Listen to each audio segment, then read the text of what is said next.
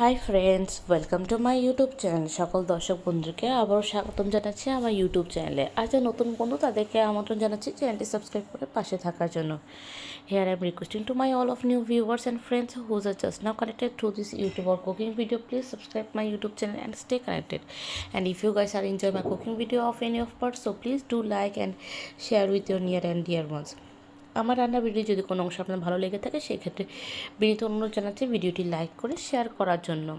তো বন্ধুরা, আজকে আমি পরিবেশন করতে যাচ্ছি খুবই মজাদার এটি নিরামিষ রেসিপিটি যেটা কিনা আমাদের বাসায় প্রায় সময় হয়, স্পেশালি একটু নিরামিষ দিনে। সেটা হচ্ছিল তিলের বড়া দিয়ে নিরামিষের ঝোল রেসিপি বা ফুলকপির ঝোল রেসিপি, যেটাই আপনারা ভাবুন না কেন। তো friends, today's we are presenting a very delicious and tempting no onion no garlic is a recipe, and it's a sesame curry recipe. So I hope this recipe will give you better insights, and please let us know your valuable comments in our comment section, because your each and every comments always motivate us to post something different and unique recipe towards you. তো বন্ধুরা, আমার রেসিপিটি কেমন লাগলো অবশ্যই আমাদেরকে জানাবেন, কারণ আপনাদের একটি মন্তব্য সবসময় আমাদের উৎসাহের কারণ হয়ে থাকে। তো আর কথা না বাড়িয়ে চলুন তাহলে রেসিপিটি শুরু করি। আর তার আগে বলে দিচ্ছি, প্লিজ ভিডিওটি ফুল ওয়াচ করবেন এবং চ্যানেল সাবস্ক্রাইব করতে ভুলবেন না, কারণ আপনাদের একটি video full watch, channel subscribe এবং লাইক আমাদের চ্যানেলের রিচ বাড়াতে অনেক অনেক অনেক অনেক সহযোগিতা করে। তো প্লিজ পাশে থাকবেন।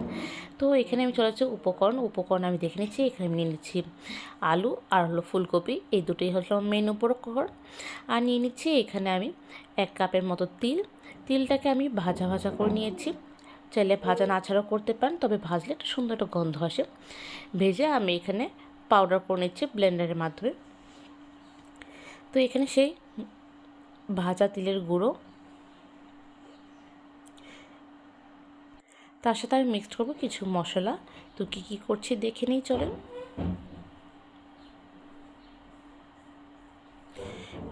দিয়ে দিচ্ছি সামান্য লবণ,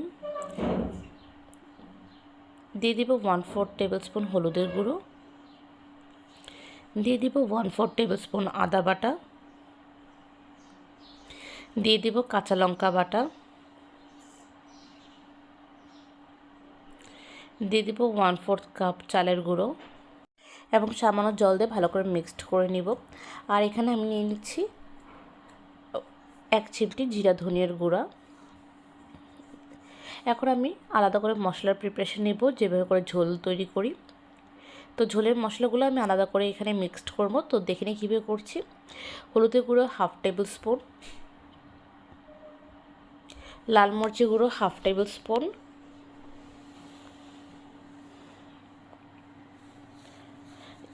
জিরা গুঁড়ো 1/3 স্পুন, ধনিয়া গুঁড়ো 1/3 স্পুন, আদা বাটা 1 টেবিল স্পুন,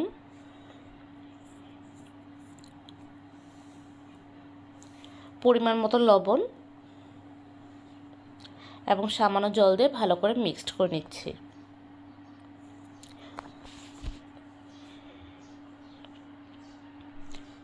তো এভাবে ভালো করে মিক্সড করার পর আমরা চলে যাবো পরবর্তী স্টেপে। আমি এখানে কড়াই নিচ্ছি, কড়াইটাকে ভালো করে গরম করব। গরম করে আমি এখানে তেল দিচ্ছি, তেলটাকে গরম করার অপেক্ষায় থাকবো।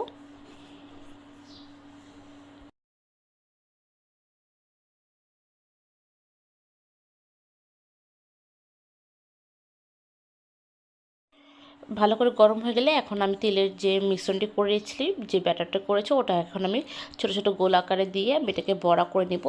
যেহেতু বলেছি এটা তিলের বড়া দিয়ে ফুলকপির ঝোল রেসিপি, তো তিলের বড়াগুলো এইভাবে করে নেব এবং এই পিঠ ও পিঠ সব পিঠ করে 2 পিঠ করে ভালো করে ভাজা করে নেব, যতক্ষণ পর্যন্ত সোনালি বর্ণের বা বাদামি বর্ণের রঙের পর্যন্ত না হচ্ছে।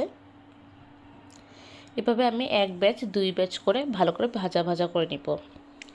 আর বন্ধুরা, আমার বিবৃতি যদি কোনো রকম অসুবিধা হয় প্লিজ তোমরা সাবটাইটেল ফলো করবে, ওখানে ইংলিশে এবং বাংলাতে সবভাবে করে ইনস্ট্রাকশন দেওয়া আছে। তো আশা করি কোনো ধরনের অসুবিধা হবে না। আর ভিডিওটি কেমন লাগলো অবশ্যই জানাবে। আর লাইক করতে একদমই কৃপণতা করবে না, কারণ তোমাদের একটি লাইক আমাদের ভিডিওর রিচ বাড়াতে অনেক সহযোগিতা করে। তো প্লিজ পাশে থেকো। So I am again requesting to my all of new viewers and new friends, please don't hesitate to give a like, because your each and every like, video full watch and channel subscribe, it's increasing our video reach, so it's cooperating to reach our video. So please stay connected and show your love towards us. তো এভাবে করে ফ্রিটার্সগুলো ভালো করে ভেজে নেব। করার পর আমি এটি অন্য পাত্রে ট্রান্সফার করে নিব।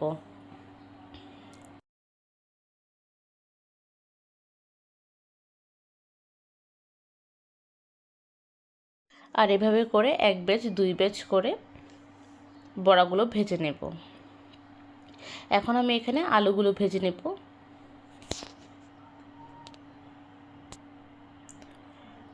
সামান্য লবণ,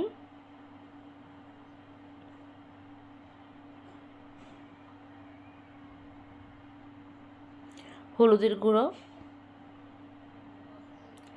দিয়ে এটাকে 2 পিঠ ভাজা ভাজা করে নিব। হয়ে গেলে আমি এটা অন্য পাত্রে ট্রান্সফার করে নিব।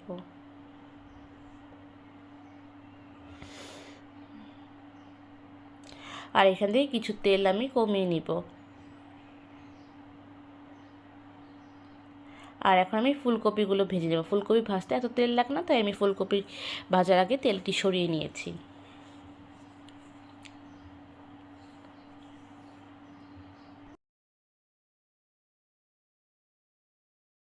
তো ভাজার জন্য আমি এখানে দেবো কিছু ময় মশলা, যেটা কিনা আমরা সবাই জানি। এখানে দিয়ে দেবো পরিমাণ মতো লবণ, হলুদের গুঁড়ো,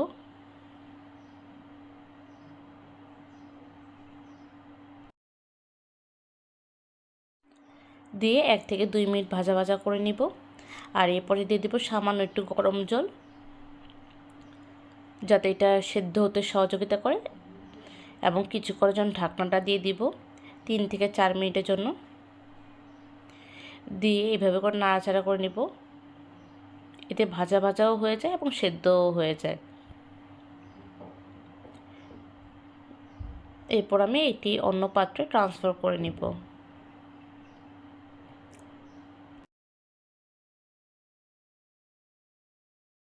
এখন আমি সেই তুলে রাখা তেলটি আবার দিয়ে দিচ্ছি, এবং তার সাথে কিছু অতিরিক্ত তেলও অ্যাড করে নিচ্ছি। তো তেলটি ভালো করে গরম হয়ে গেলে আমরা এখন পরবর্তী স্টেপে চলে যাব। কিছু ফোড়ন দিব, জিরা, এলাচ এবং দারচিনি, আর দিয়ে দিব তেজপাতা। দিয়ে কিছুক্ষণের জন্য ভাজা করে নিব। খেয়াল রাখবো যাতে পুড়ে না যায়। আর সেই মশলার মিশ্রণটি দিয়ে দিব, যেটা আমি পূর্বে দেখিয়েছিলাম। ঝোলের জন্য যে মশলা তৈরি করেছিলাম বলেছিলাম না, ওই মশলাটা দিয়ে দিব। দিয়ে আমি এখানে ভালো করে মশলাটি কষিয়ে নিব 2 থেকে 3 মিনিটের জন্য, বা যতক্ষণ পর্যন্ত তেলটি বিভক্ত না হচ্ছে মশলা থেকে। আর এখানে দিয়ে দেবো টমেটো পেস্ট বা টমেটো বাটা, আর পাশে যদি থাকে টমেটো পিউরি সেটাও দিতে পারেন এই ক্ষেত্রে। তো এইভাবে যখন কষে যাবে, তেল বিভক্ত হয়ে যাবে, তখন আমি এই পর্যায়ে আলুগুলো দিয়ে দিব।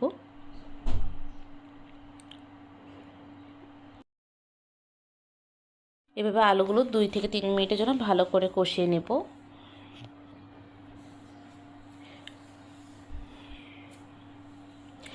এই পর্যায়ে আমি ফুলকপিগুলো দিয়ে দিব, কারণ আলু সেদ্ধ হতে টাইম লাগে, তাই আলুটাকে আগেই দিয়েছি, ফুলকপিটা দ্বিতীয় স্লটে দিয়েছি।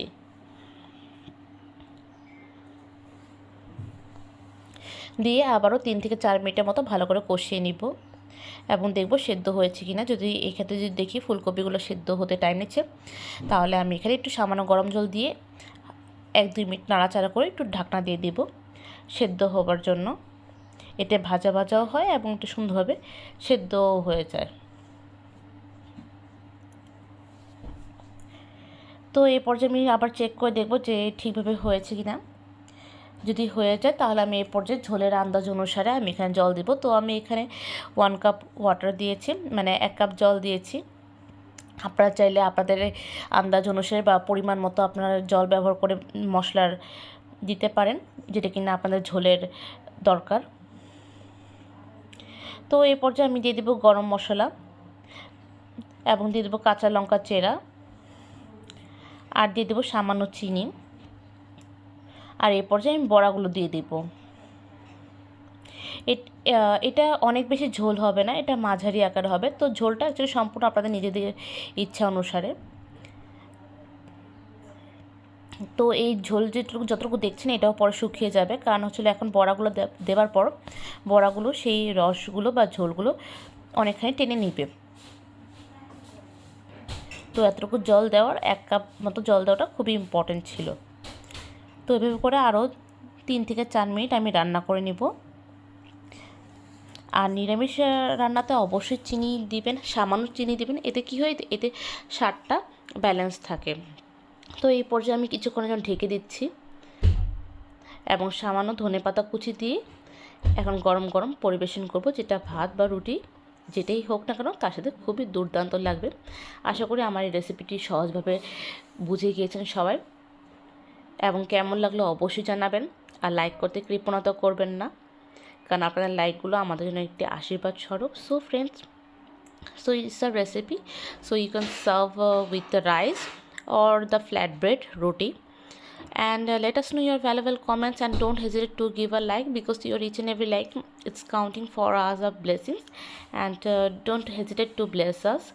So this is a final look, so I hope you guys enjoy it, and thank you so much for watching my cooking videos. সবাইকে অনেক অনেক ধন্যবাদ জানাচ্ছি আমার রান্না ভিডিওটি দেখার জন্য।